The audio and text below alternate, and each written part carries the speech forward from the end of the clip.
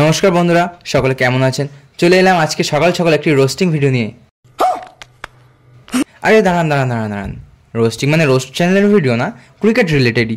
কিছু Bangladeshi fan follower আছে যারা ইতিমধ্যেই ম্যাচ শেষ হওয়ার আগে, অর্থাৎ ফার্স্ট ইনিংস শেষ হওয়ার পরে যখন ভারত ব্যাটিং করা শুরু করেছে, তারা আগে থেকেই চিৎকার চেঁচামেচি, আমচুর ভাঙচুর চানাচুর এসব করে যাচ্ছে। অর্থাৎ ফেসবুক, ইউটিউবে কান্নাকাটি শুরু অলরেডি করে দিয়েছে এবং তাদের যে অজুহাত আর কি, সে অজুহাতও অলরেডি তারা শুরু করে দিয়েছে।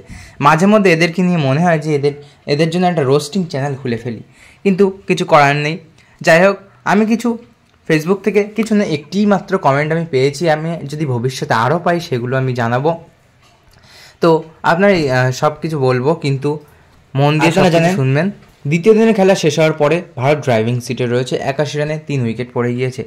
ক্রিজে রয়েছেন ঋষভ পান্ত এবং শুভমান গিল।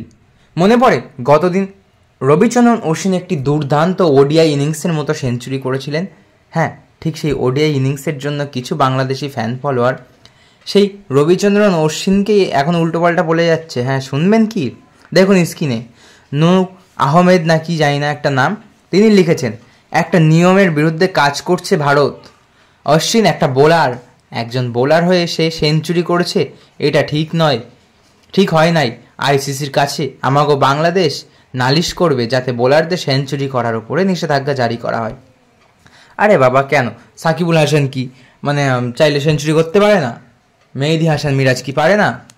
বা ওই যে কি হাসান মাহবুব নাকি যারা আছে তারা কি পারে না?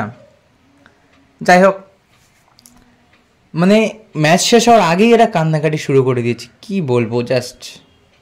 ঠিক আছে, বিস্তারিত কমেন্টে দেখা হবে।